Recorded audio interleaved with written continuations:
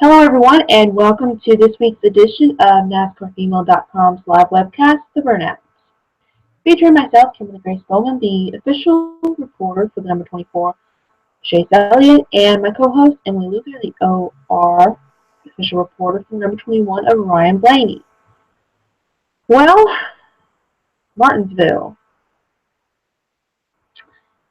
I have to say that my theory was proven right. I had a feeling it would, but it definitely proved stage racing at Martinsville was very exciting.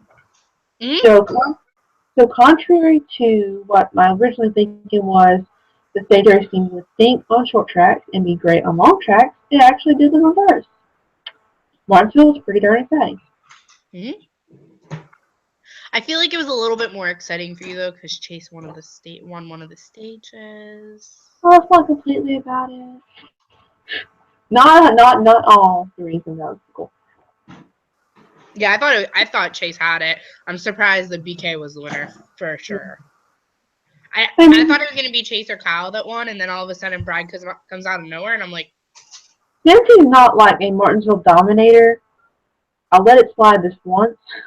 It was his first one there, so I mean, I guess I'll let it slide. But yeah, I just thought it was interesting. mm-hmm.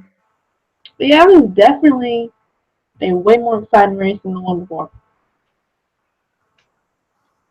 I was kind of disappointed because Ryan was doing really well, and then he ended up getting like 2 laps down. Then all of a sudden he got more laps down, and then you look over at Junior and you're like, what is going on? Mm-hmm. Which I know Junior was involved in an issue. Yep, everyone was. Pretty much, yeah. I don't think there was one car that like wasn't hit. Like, hello. Can I just say when and I'm not trying to sound like biased or like rude or like I'm targeting one driver, but when Ryan is literally sandwiched in between Stenhouse and Danica, can we not? Like, it gives me anxiety. And then you throw McMurray in there, I'm like, can we really not, guys? Come on, please. Right. I will admit, I've been kind of not bashing Larson because Caitlin would be very displeased, but I'm kind of becoming a Larson fan just a little bit.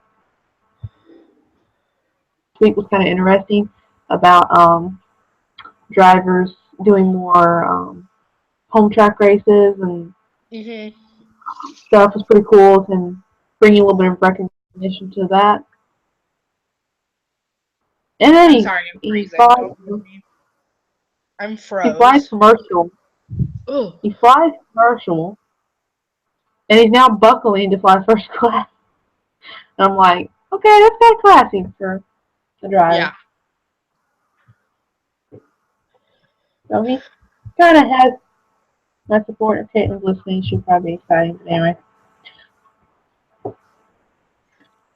But, alright, well, from the race, drew your attention. Okay, so. I mean, I thought the race was interesting. I think it was done a lot better than Atlanta was, so that made me really happy. Because I had a few, because you know how Martinsville can be. I was afraid that it would be like that, and it wasn't. So that made me happy. Mm-hmm. It definitely is one of those races like there's never a dull moment because I'm trying to understand how I ever was not a Martinsville fan. That's how I feel when people tell me they're not a fan of Bristol. I'm like, are we watching the same race? Yeah. Or Talladega. Like, I know Talladega is a wreck fest. You don't enjoy it, really. I'm not saying I enjoy seeing wrecks, but just the competitiveness at Talladega. You mean to tell me you don't like it? I guess that's why I like Martinsville, because it's not just about the wreck, because it's about the impending threat of one. Oh, yeah. And it's also about the comeback of what happens after one, too, because, people can really bounce back at Martinsville and, like, at other tracks. It's like the style of racing is almost more intense than the fact that, you're anticipating right. At Talladega, it's almost like, okay, the wreck happened, and then kind of the excitement sets in. Martinsville is kind of like the impending part of it is what I think makes that a little bit more exciting. I think what's hard about Talladega, too, is, like, Typically, when you get taken out at Talladega, you get taken out. Like, you're done. Right, but Martinsville, it's kind of cosmetic sometimes, or it definitely plays into strategy, that's for sure. Like Ryan, you can have like 3 or 4 issues.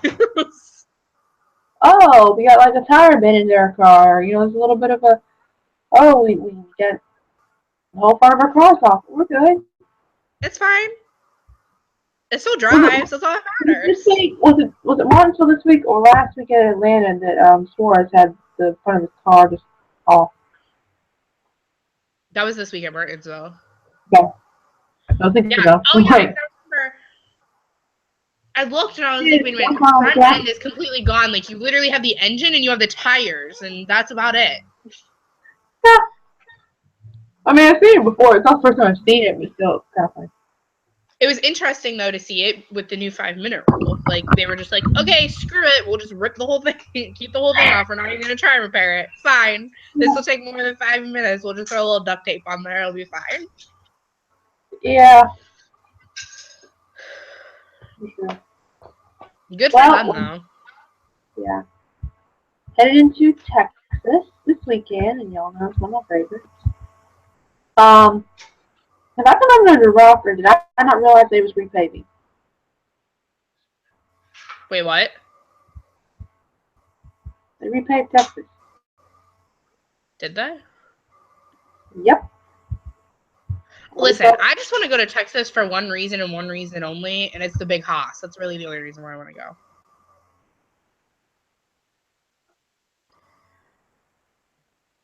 Well, no, like, I want to go to Texas, but, like, that TV, like, come on.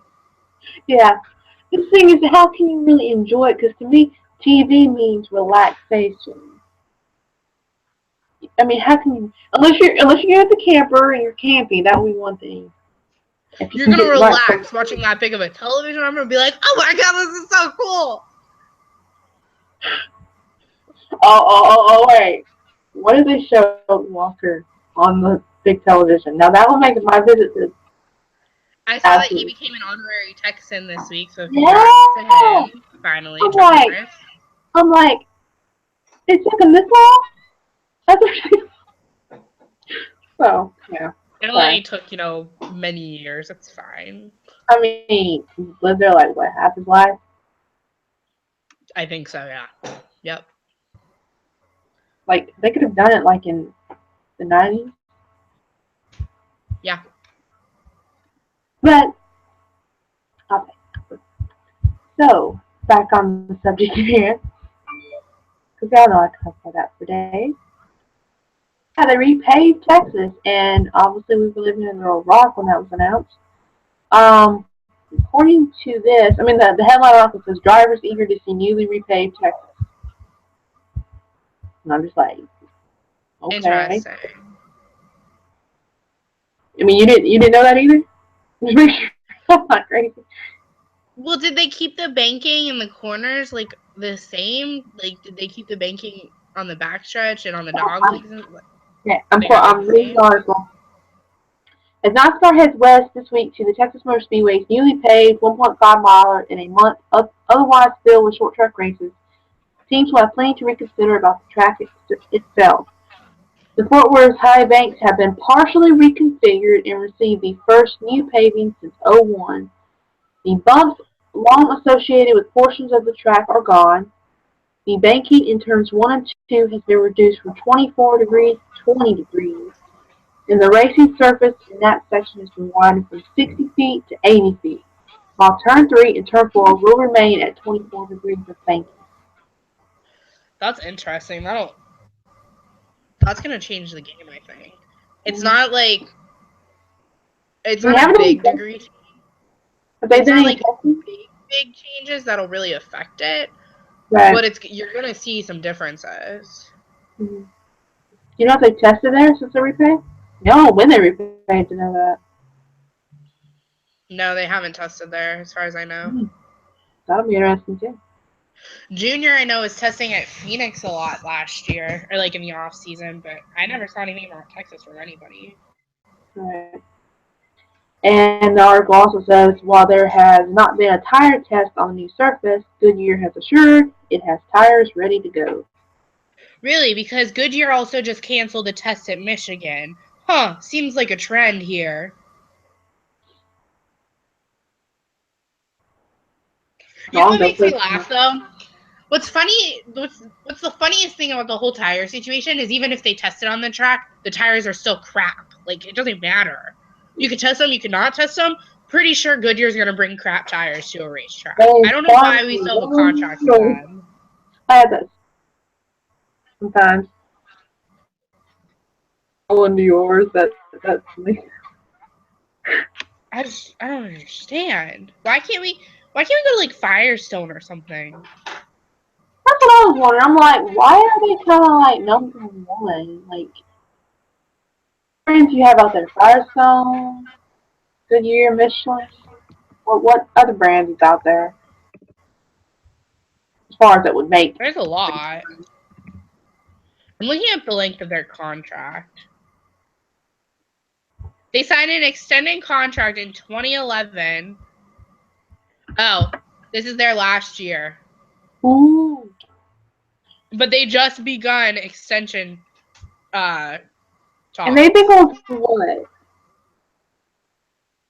Years. I mean, since I've been a NASCAR fan at least. It's been at least 15 years.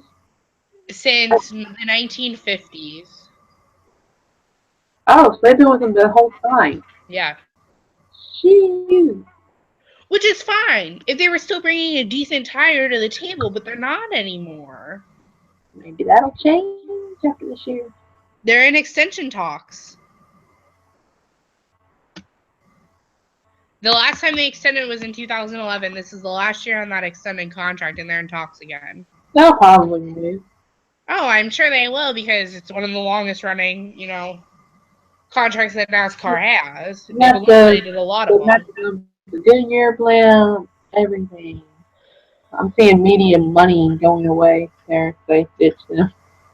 I'm just saying, if Firestone can figure out Indy, why can't Goodyear figure out NASCAR? Really, I'm not sure. Difficult. I'm not familiar with a lot of other involved, but I mean, okay. Scenario here: Firestone replaces Goodyear in NASCAR. Change necessarily. Is it all the tire? Is it all impacting factors? I think part of the problem with Goodyear is that NASCAR keeps changing the packaging for the cars itself. So they never really have a time to catch up. So true. Mm-hmm. Like every waking moment. Oh, and they announced there's some Charlotte Motor Speedway announced that next Tuesday they're going to announce some changes to the All-Star race. Yep. I was actually going to bring that up. Wonder what that's going to be. It probably has something to do with the stage racing. Probably they're having to address. Probably, I don't know. So according to Denny Hamlin, they're still talking about it. He said he thinks this year's deliberations are done about it, but they're still trying to work out 2018. No, the All-Star race should be just literally, they put all the cars out there on the track. They wave the flag and do whatever you want. Mm-hmm. Literally, whatever. For like, well, maybe not whatever, like.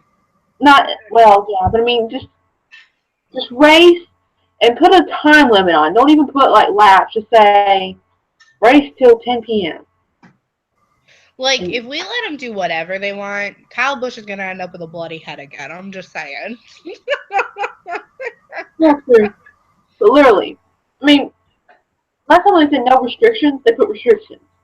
So I'm like, they need to be a little bit looser with their no restrictions if they're going to say no restrictions.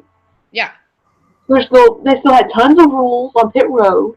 Mm-hmm. I mean, they need to lighten the load. Or else it's not really an all-star race. It's just another competitive race and you don't get points. I mean, it's a ripoff. Mm-hmm. You're right. I mean, an all-star race is where the best of the best just kick butt for just one night. Yeah. Without the saddle of NASCAR on them. I think it's just made a horsepower joke. Anyway, I'm rolling with the puns this week. Anyway, um, yeah. Well, and there was actually not much news. There was one article that is still interesting to me. So, Front Row Motorsports, blah, blah, blah, blah, blah. Front Row has that third charger, and NASCAR essentially said you either use it or you lose it. So you either use it or you sell it, but unless you use it like next year, it's not yours anymore. Hmm. Which, if that's the case, that could open the game for I don't know, the 21 driver moving to Penske full time. They probably, okay, other teams are probably looking at them saying, well, Penske probably wants Ryan Blaney up for grabs, so we won't even talk about that. I'm pretty sure, hold on, let me see when Ryan's contract expires. You don't know that by heart? No. Shame, I can tell you his Penske one, but I couldn't tell you his Wood Brothers one.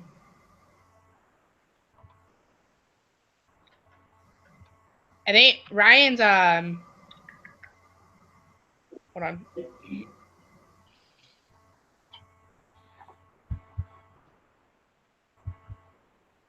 I think his contract, I think they're just like leasing him year by year. Or like rent, I don't know, can you rent a driver out? I don't know. I think they're loaning him to Wood Brothers year by year. I think that's what's going on. You ever felt like you've been used? Used and abused. Good God. How'd you feel about how I really feel about it? Please ask me how I really feel about it. How'd you feel about the Junior Blaney thing? Oh my God, wait a minute. Can we just wait? This whole situation is just ridiculous because it's not like Ryan's ever been the first driver to call Dale Earnhardt Jr. out on his bullcrap. Second of all, some other drivers did it the following week and they didn't get as much flack as Blaney did. I think it's just because Blaney is one, a young gun, two, he seems like Mr. Innocent, but he's really not. Like, he's not at all. So I think people were just surprised, if anything. And like, I hate to be like this, but it's Junior. Like, Junior Nation's gonna go nuts over it. I just think it's funny. But then, so he did an interview last week about everything that happened, and they said, we heard you on the radio calling out McMurray too. And he was just like, well, yeah, he drives like an idiot.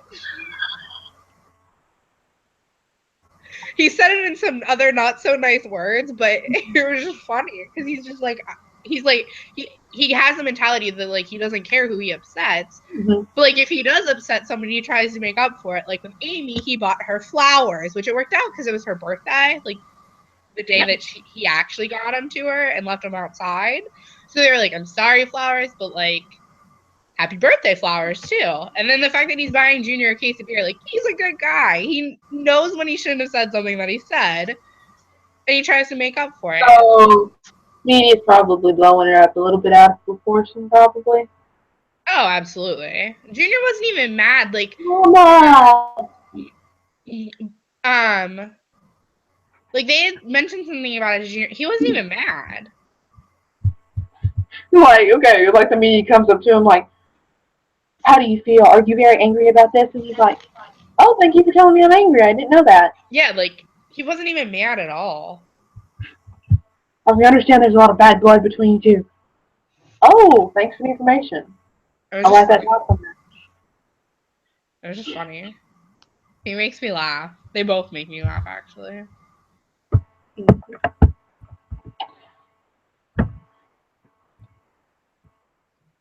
They've been very this week seems to be very quiet. Were there any penalties as far as Not that I saw of any. Besides like in race penalties.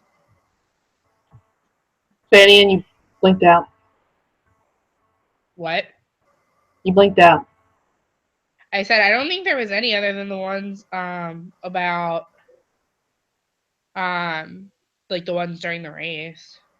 You know, we're going to have to come up with another, because of all the stage racing, it'd probably be a good idea to start tallying up how many stage wins each driver has, just for our own personal benefit. Yeah. That could be I a good forget who the point statistic. was.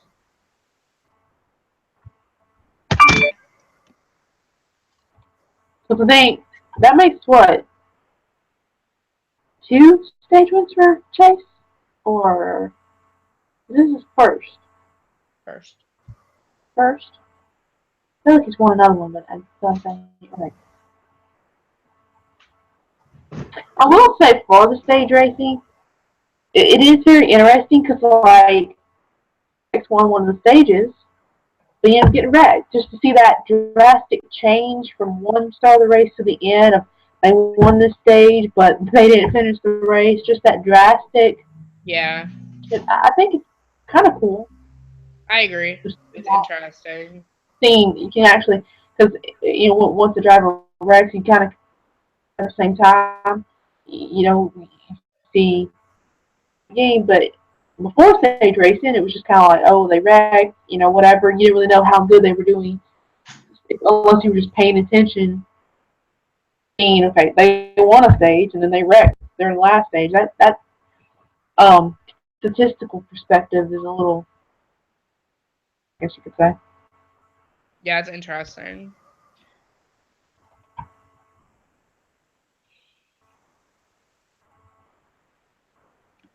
I think it'll get even more like I don't want to say I don't know what word to use, but when things get closer to like the actual chase, it'll be neat to see how that plays out, like all the stage wins and like how they finished in one stage compared to another stage compared to the end of the race. It'll be interesting to see how that plays out towards the chase. So definitely, y'all hopefully hashed out a lot of our opinions about our, and I'm still not sold. It worked very well this past weekend at Martinsville, which was the polar opposite of how it would play out. I thought it would be great, crap up short track racing and be better to excite long, longer races, but other way around. So that said, I hope it doesn't ruin my Texas race. But anyway, I don't know. Being an intermediate, a lot of factors playing in to see how it will work. You know, a lot of our opinions are very flux right now because we really won't have an opinion about stage racing until like next season. So we've had a season of stage racing, and hopefully they don't change it for 2018. Yeah. This conversation made me know more, but anyway. But It's NASCAR. they keep They're going to change it. scenarioing that they keep stage racing for 2018. You know, I think our opinions will be a little bit more. You know, we've had 2017 to look at a reference point going into next year. There's so many variables right now going, I'm especially excited to see it live. that is until well we would have the second when we start going to tracks again, looking back at how it played out the first time. So I'm excited to see it live in June for the first time at Michigan. yep. All right, what do you think is going to happen? Hey. Well, it's a hard decision. So in April of last year, Kyle Busch won. In November of last year, Carl won. The pole winner was Carl in April, and But Caitlin's randomly, watching. the November pole winner was Austin Dillon. So throw a random Chevy in there, why don't we? Chevy? Did you say Chevy? I'm sorry, I didn't know they competed still. Sarcasm, it was a joke. But come on, like compared to Toyota, Toyota's been killing it the last few years. True. They won manufacturer last year. True. I don't know. Genuinely, I don't know. I don't know. I'm gonna say Toyota, but I don't know who to pay. I'm Right. gonna go with the Toyota driver. I'm thinking Truex Jr. Thinking. Well, see, Chase has a win at Texas, right? So, Xfinity, yes. Xfinity, who cares? He's got to win. He crossed the Yes, finish line and won. I He used made that one same pick. argument at Bristol last year for Ryan, and look what happened. So don't use that argument because it'll jinx you. Should I not pick Chase? Is reverse psychology? I'm going with never picking Ryan again because every time I pick him, he ends up wrecking. So we're not going to pick him anymore. Sorry, Ryan. I have faith in you, but I don't want to jinx you. It's just reverse psychology. Mm-hmm. That's why I'm never going with Ryan because I just jinx him every single time. Well, first Kyle Busch is pretty strong here, so I'd either go probably him or Chase as far as most likely to win, in my opinion. Dude, I want to win? Of course, Chase. Like you said, Toyota's pretty strong. You know who else does really good here?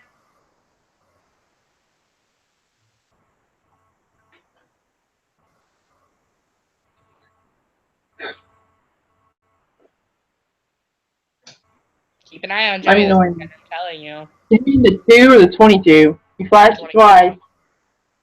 Either way, either one of them. They both do well there, but I think we should keep an eye on Joey. I have this weird habit. Something happened this week. I saw the number 22 on something randomly. And I'm kind of like, or like, okay, call me crazy, but like, when I'm looking at my phone and I'm watching the percentage in the corner and I just randomly look down, like, if it says 24, I'm like, oh, cute. Every time it says 88, I think of Junior. I do the same thing. It's fine. Or 20, today I saw 22 and like kind of snarl. Mine's 27 right now. 45. Never mind. Yeah, we got random numbers. Why don't we live on air? Yeah, but I guess Kyle Busch or Chase would be my picks. I guess JGR, Hendrick, stick with our else. Telling you though, keep an eye on Joey this weekend. I have a weird feeling. Maybe it's something you ate. Maybe it's all that pizza I ate earlier that is making me. Yeah, that's exactly what it is. So, who's your firm pick? Truex. Not bad. Kind of out of the hat a little bit, but possibly. He's been really good. It wouldn't have been for Crazy Martinsville. He probably would have won Martinsville. Oh, absolutely. Him or Kyle. I literally thought that was Kyle's race, though, for sure. Kyle, I was hoping Chase won, though, because, like, he had won the stage, so I was hoping he was going to win, but I thought it was going to go to Kyle. That's why I wanted him to win, because, like, that would have been, like, perfect. You know what I mean? Yeah, like, you ended one and began another. Yeah. But it's coming. I don't know when, but it's coming. It is coming. We'll just have to wait and see. He's getting better at restarts and stuff. So that's a good sign. It's just like he does good in the middle of the race. Something towards the end. I don't know.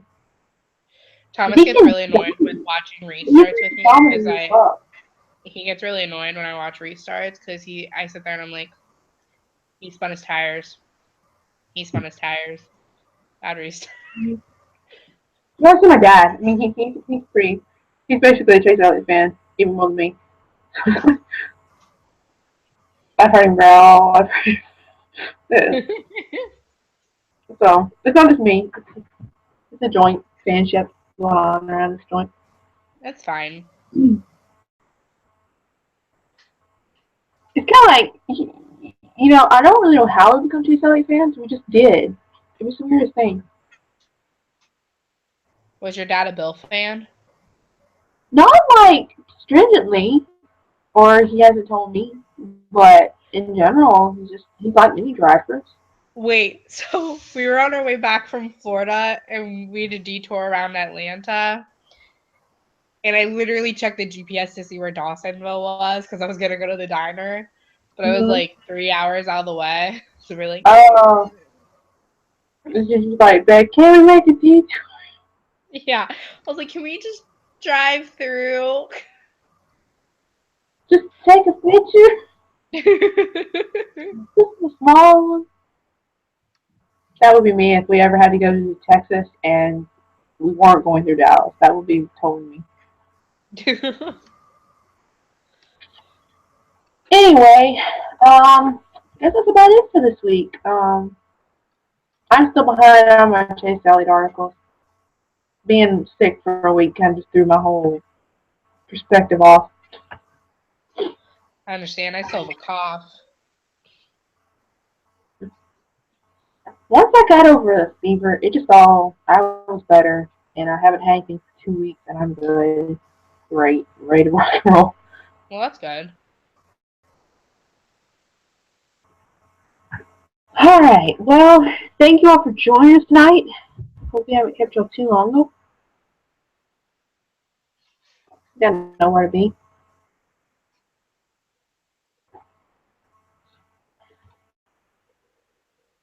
News, the last glance to make sure we got everything. I'll say, because Swarovski won and he kind of went in the stands a little bit with the fans. That was kind of cool. Yeah. Kind of interacting with the fans there. And one thing I noticed is, did he go like after the victory lane celebration? I think so, yeah. And he made sure, like, okay, anyone that's still there has got to be just your diehard fans because they sat in stands that long after the race and they were just a few left. And that's when he went there and did his thing. That was kind of cool.